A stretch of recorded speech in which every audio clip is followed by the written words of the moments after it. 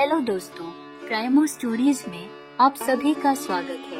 यह कहानी एक जवान लड़के और उसकी भाभी की है जो सच्ची घटना पर आधारित है। एक दिन की बात, अकरम की भाभी रेशमा की कमर में बहुत ज्यादा दर्द हो रहा था क्योंकि उनको कमर में लचक पड़ गई थी। अकरम ने रेशमा के बेडरूम में आया और बोला, चलिए भाभी आप लेट जाइए, मैं आपकी कमर पर बाम लगाकर हल्की मालिश कर देता हूँ ताकि आपका दर्द भी ठीक हो जाए। रेशमा ने उसे मना करते हुए कहा, नहीं रहने दो अकरम, मैं खुद कर लूंगी। अकरम, मैं खुद कर लूंगी। अकरम ने कहा, आप खुद से बाम तो लगा लेंगी, लेकिन मालिश करना मुश्किल होगा, मैं आपकी मदद कर देता हूँ, इससे आपको का दर्द ठीक हो जाएगा। यह कहकर अकरम कुर्सी से उठकर बेड पर रेशमा के पास आ गया और उसे लेटने के लिए कहा। रेशमा, भाभी बताइए कहाँ लगाना है। अकरम की हमदर्दी और फिक्र देखकर अब उसे मना नहीं कर पाई। हकीकत में दर्द का बहाना था, असल में तो वह अकरम को परेशान करना चाहती थी। रेशमा पेट के बल लेट गई और अपनी कमीज को कमर से थोड़ा ऊपर कर लिया और कहा, यहाँ पर लगाओ। अकरम ने थोड़ा सा बाम अपनी उंगलियों पर लिया और धीरे धीरे रेशमा की कमर पर मलने लगा। जैसे ही उसके हाथ रेशमा की पीठ पर पड़े, उसे एक सुकून का एहसास हुआ। अकरम ने धीरे धीरे मालिश करना शुरू कर दी और उसका हाथों का स्पर्श रेशमा को बहुत आरामदायक लगा। जब अकरम के हाथों की उंगलियां उस कमर बंद के पास आई, रेशमा का दिल जोर से धड़कने लगा, लेकिन उसने खुद को संयम में रखा और अकरम की मदद का आभार माना। अकरम ने पूछा, भाभी ज्यादा दर्द कहाँ हो रहा है? रेशमा उस समय थोड़ी भ्रम में थी, अनजाने में जवाब दे बैठी, थोड़ा सा नीचे है। अकरम ने फिर से थोड़ा और नीचे बाम लगाने की कोशिश की। भले ही वह मालिश सिर्फ फॉर्मेलिटी थी, लेकिन रेशमा को अकरम के हाथों का स्पर्श बेहद सुकून दे रहा था।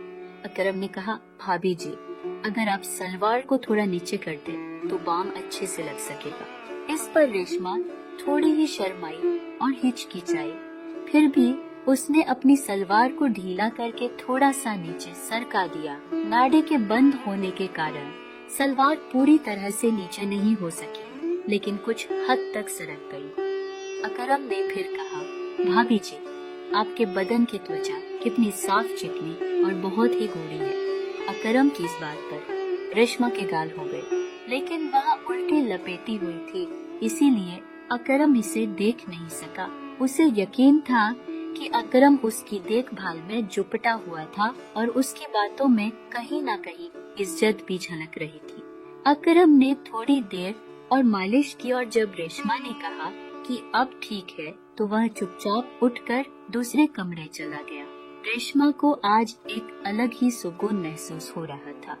सालों बाद किसी ने उसे इस तरह से ध्यान दिया था, जिसमें हमदर्दी और एक प्यार छुपा था। रेशमा अकरम के बारे में सोचते हुए कब नींद में खो गई, उसे पता ही नहीं चला। अगली सुबह जब वह जागी तो उसने खुद को ताजा और शांत महसूस किया।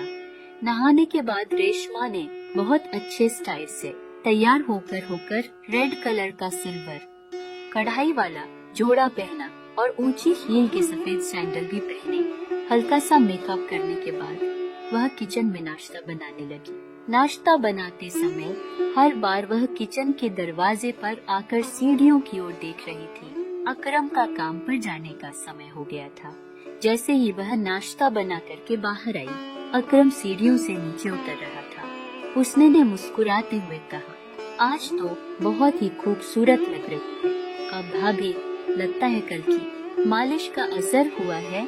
उसकी नजरें रेशमा के लिबास और फिर हिल वाले सैंडल पर थी। रेशमा ने भी मुस्कुराते हुए जवाब दिया, असर तो हुआ, लेकिन तुझे कैसे पता? अकरम थोड़ा शर्माते हुए बोला, भाभी, आज आपने हील के सैंडल जो पहने हैं तो मुझे लगा कि कमर का दर्द अब ठीक है। रेशमा ने हंसते हुए कहा, बिल्कुल सही पहचाना, तूने अब डाइनिंग टेबल पर बैठ, मैं नाश्ता लेकर आती हूँ। फिर दोनों साथ में नाश्ता करने लगे। इसी बीच अकरम ने रेशमा से पूछा, भाभी आप कभी साड़ी नहीं पहनती क्या? रेशमा ने जवाब दिया, पहनती हूँ, लेकिन बहुत कम साल में एक आध बार। अगर कोई खास मौका हो तो क्यों? अकरम ने कहा, नहीं, बस इसलिए कि मैंने आपको कभी साड़ी में नहीं देखा। मेरा ख्याल है आप पर साड़ी बहुत ही खूब जचेगी। फिर अकरम जाते समय बोला, भाभी रात का खाना मैं बाहर से ही ले आऊंगा, आप बनाना मत इस पर। रेशमा ने मुस्कुराते हुए कहा, ठीक है। तो अकरम ने फिर कहा, अगर किसी और चीज की जरूरत हो तो बता दीजिए, मैं आते समय लेता आऊंगा। इस पर रेशमा ने कहा कि उससे किसी और चीज की जरूरत नहीं है, और फिर अकरम के जाने के बाद वह छोटे मोटे कामों में लग गई। इसके बाद वह ऊपर जाकर अकरम के कमरे को भी ठीक करने लगी। इसी दौरान रेशमा को उसके बेड के नीचे कुछ कपड़ा पड़ा हुआ नजर आया, तो उसने उसे बाहर निकाला तो उसकी आंखें हैरानी के मारे फटी की फटी रह गईं। वह एक काले रंग का नीचे अंदर पहनने के कपड़ा था। रेशमा ने उसे ध्यान से देखा और समझ गई कि किसी की व्यक्तिगत चीज हो सकती है जो गलती से यहाँ रह गई हो। उसने तुरंत ही कपड़े को एक तरफ रख दिया और कमरे की सफाई करने लगा। इसी बीच उसे 5 दिन पहले की घटना याद आई। रोहित और दिव्या इसी कमरे में एक दूसरे के साथ थे। उसे लगा कि यह कपड़ा शायद दिव्या का ही होगा। रेशमा ने कपड़े को उठाकर देखा तो उस पर कुछ सफेद दाग नजर आए। उसे समझ यह देर नहीं लगी कि वह लोग कैसे हैं। इस दागों को देखकर वह किसी दूसरी दुनिया में खो गई।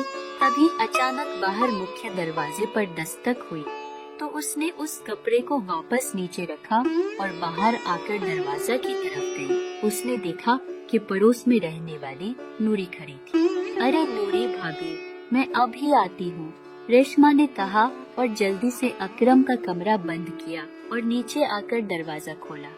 नूरी, जो पड़ोस में रहती थी, उम्र करीब 30 साल थी और घर में ही ब्यूटी पार्लर चलाती थी। नूरी अक्सर दोपहर में रेशमा के घर आ जाती थी या उसे अपने घर बुला लेती थी और दोनों इधर उधर की बातें करती थी। उस दिन भी रेशमा और नूरी गली मोहल्ले की बातें कर रही थी। नूरी के जाने के बाद रेशमा ने एक बार फिर से नहाने का मन हुआ। सुबह अकरम ने साड़ी का जिक्र किया था, इसलिए नहाकर उसने पिंक कलर की प्रिंटेड साड़ी पहन ली और साथ में हील वाले खूबसूरत सैंडल भी पहने। अकरम के आने का समय भी हो चला था और वह शाम के 5 बजे ही आ गया। जब रेशमा ने दरवाजा खोला तो अकरम उसे बड़े गौर से देखने लगा। उसे अपनी ओर इस तरह से ध्यान से देखते हुए रेशमा ने मुस्कुराते हुए अदा से पूछा, ऐसे क्या देख रहे हो? अकरम मुस्कुराते हुए बोला, वाकई भाभी, आज आप इस साड़ी में बहुत ही खूबसूरत लग रही हैं। यह कहकर वह अंदर आ गया और वह साथ में रात का खाना भी लाया था। भाभी, मैं ऊपर जा रहा हूँ, फ्रेश होने के लिए आप एक गिलास शरबत बना दें प्लीज। रेशमा ने उसकी ओर मुस्कुराते हुए देखा और कहा, हाँ क्यों नहीं। उसके बाद अकरम ऊपर चला गया और फ्रेश होकर जब नीचे आया तो उसने एक टी-शर्ट और शॉर्ट्स पहना हुआ था। रेशमा ने शरबत बनाया और उसे अपने बेडरूम में ले आई और उसने वहाँ पर कूलर लगा हुआ था। अकरम रूम में आकर सामने वाली कुर्सी पर बैठ गया और रेशमा भी बेड पर टांगे नीचे लटका कर बैठ गई। दोनों इधर उधर की बातें की। इस दौरान अकरम ने रेशमा से पूछा, भाभी अब आपकी कमर का दर्द कैसा है? रेशमा मुस्कुराते हुए बोली, अरे अब तो मैं बिल्कुल ठीक हूँ, कल तूने इतनी अच्छी मालिश जो की थी। अकरम ने अपना शरबत का गिलास साइड टेबल पर रखते हुए कहा, भाभी आप आराम से लेट जाइए, मैं एक बार और बांध से आपकी मालिश कर देता हूँ ताकि आपकी तबीयत और भी अच्छी हो जाए।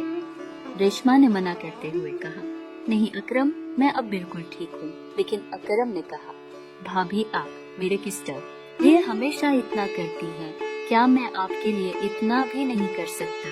चलिए चुपचाप लेट जाइए। रेशमा ने उसकी बात को टाल न सकी और खाली ग्लास टेबल पर रखते हुए बोली, अच्छा बाबा तो मानता नहीं तो लेती हूँ, पहले सैंडल तो उतार दूँ।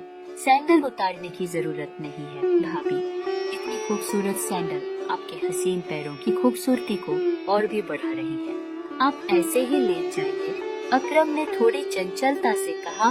रेशमा को उसकी बात पर हंसी आ गई और वह उसकी बात मानकर बेड पर लेट गई। उसने साड़ी पहनी हुई थी इसीलिए उसकी कमर अकरम की नजरों के सामने थी।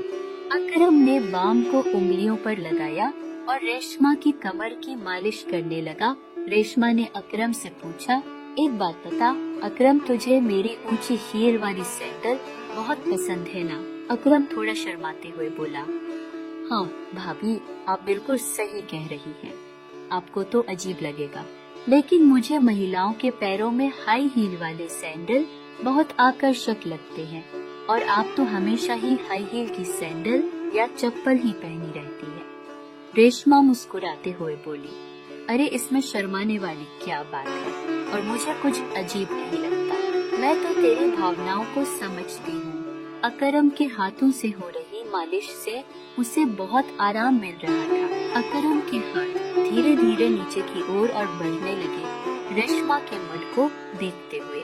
अकरम ने भी थोड़ा हिम्मत दिखाते हुए कहा, भाभी आपकी त्वचा कितनी चिकनी और सॉफ्ट है, अगर आप चाहे तो साड़ी को थोड़ा नीचे कर लें ताकि मैं अच्छे से मालिश कर सकूं और साड़ी भी गंदी नहीं होगी। रेशमा ने थोड़ा शर्माते हुए साड़ी को थोड़ा ढीला कर दिया ताकि मालिश करने में आसानी हो सके। उसे पिछली रात की मालिश से बहुत सुकून मिला था, इसलिए उसने ज्यादा ना नहीं की।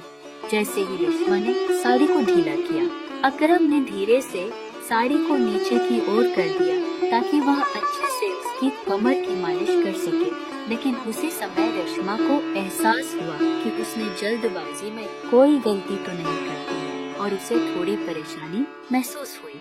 उसने तुरंत स्थिति को संभाले हुए साड़ी को सही किया और अकरम को रुकने का संकेत दिया। अकरम ने बिना कुछ कहे धीरे धीरे रेशमा की कमर की मालिश जारी रखी, तो उसे जैसे ही सुकून मिल रहा था, वह मालिश से मिलने वाले आराम का आनंद ले रही थी और उसे कोई आपत्ति नहीं हुई। अकरम ने मालिश को जारी रखते हुए धीरे धीरे अपने हाथों को नीचे की ओर बढ़ाया। रेशमा को मालिश से राहत मिल रही थी, लेकिन उसे महसूस हुआ कि अकरम ने थोड़ी और हिम्मत कर ली है। उसने महसूस किया कि उसकी पीठ पीछे के निचले हिस्से में ज्यादा ध्यान दे रहा है। रेशमा को यह महसूस हुआ कि उसकी साड़ी का पेटीकोट थोड़ा और ढीले हो गए हैं और उसने वह सब जान के किया। आगे क्या हुआ जानने के लिए हमारे साथ बने रहिए।